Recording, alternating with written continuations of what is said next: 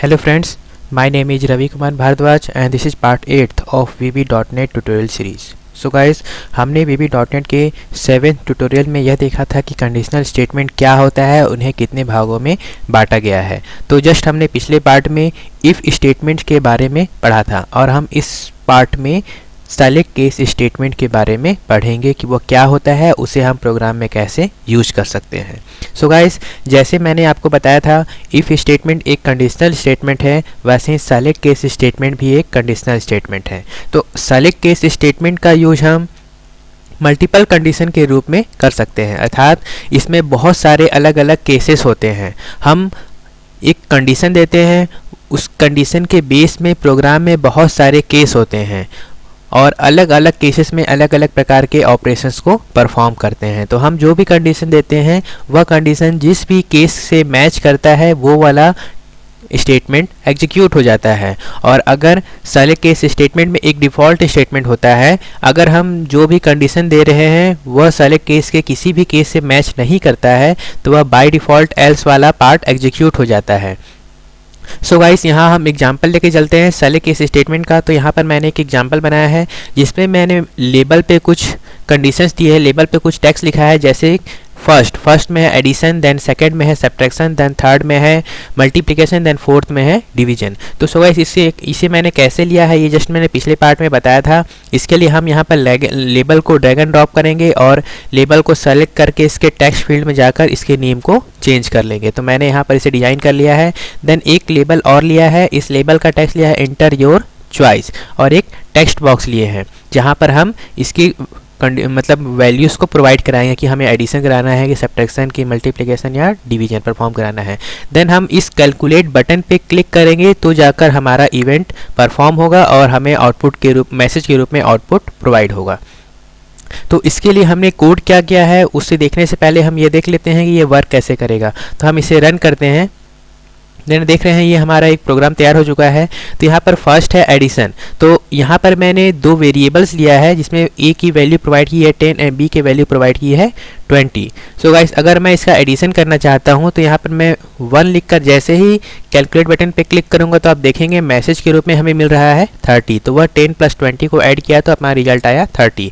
इसी प्रकार अगर हमें सब्ट्रैक्शन करना है तो हम 2 लिखकर इंटर करेंगे तो आप देखेंगे हमें सब्ट्रैक्शन हो रहा है। तो 10 - 20 करेंगे तो हमारा रिजल्ट -10 के रूप में आएगा। वैसे ही अगर हमें मल्टीप्लाई करना है तो 3 लिखकर इंटर करेंगे तो आप देखेंगे मल्टीप्लिकेशन आ गया। वैसे ही डिवीजन करना है तो हम 4 लिखकर इंटर करेंगे तो आप देखेंगे डिवीजन 0 आ रहा है, क्योंकि मैंने उसका डेटा टाइप इंटीजर लिया था तो वो फ्लोटिंग वैल्यू को सपोर्ट नहीं कर रहा है। तो इस प्रकार से हम सेलेक्ट केस स्टेटमेंट को प्रोग्राम में यूज़ करेंगे। तो आप यहाँ देख रहे हैं मैं यहाँ अलग अलग एक्सप्रेशन व कंडीशन को दे रहा हूँ, तो जो भी एक्सप्रेशन दे रहा हूँ उसके बेस पे वो अपने इवेंट्स को परफॉर्म कर रहा है। तो हम इस सभी के लिए अलग अलग केसेस का यूज़ किए हैं। तो हम इसके प्रोग्राम को देखते हैं कि हम इसे कैसे क्रिएट किए हैं। तो हम क्या कर रहे हैं कि यहाँ पर वैल्यू प्रोवाइड कराने के बाद इस बटन पे क्लिक करने पे वह इवेंट को परफॉर्म कर रहा है। तो इसलिए इसका पूरा कोड हम इस बटन पे किए हैं। तो इस बटन पे हम डबल क्लिक किया तो आप देख रहे हैं ये पूरा कोड है इस प्रोग्राम सेलेक्ट केस स्टेटमेंट के लिए। तो सबसे पहले गाइस देखिए, हमने यहाँ पर 3 वेरिएबल लिया है। सबसे पहले ए वेरिएबल लिए हैं जो इंटीजर टाइप का है और इसकी वैल्यू को प्रोवाइड किया है 10। वैसे बी वेरिएबल लिए हैं जो भी इंटीजर टाइप का है और इसका वैल्यू प्रोवाइड किया है 20। देन एक और वेरिएबल यह है सी जो इसका डेटा टाइप है इंटीजर। मतलब हम क्या करेंगे कि ए और बी के वैल्यूज़ को वेरिएबल के वैल्यूज़ को ऐड करेंगे, इन दोनों को ऐड करेंगे, देन रिजल्ट को सी के अंदर स्टोर कराएंगे।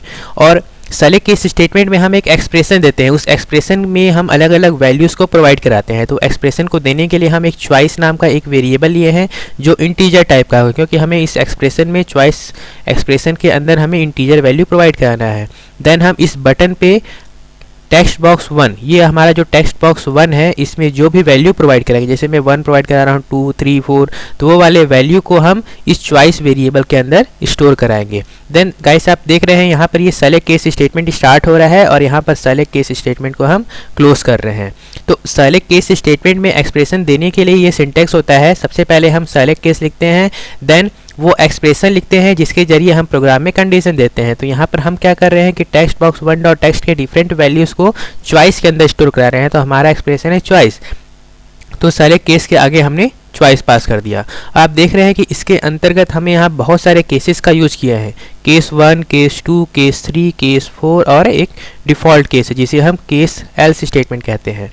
तो अगर हम टेक्स्ट बॉक्स में 1 वैल्यू लिखकर इंटर करते हैं तो वह 1 वैल्यू चॉइस के अंदर स्टोर हो जा रही है। तो जब यहाँ पर वो कंडीशन को चेक करेगा, हर केस में मैच करेगा, तो 1 वैल्यू ये केस फर्स्ट के साथ मैच हो रहा है। तो हमने यहाँ पर क्या किया है कि c equal to a plus B, तो वह a और b के वैल्यूज़ को सम करेगा और रिजल्ट को c के अंदर स्टोर करा देगा।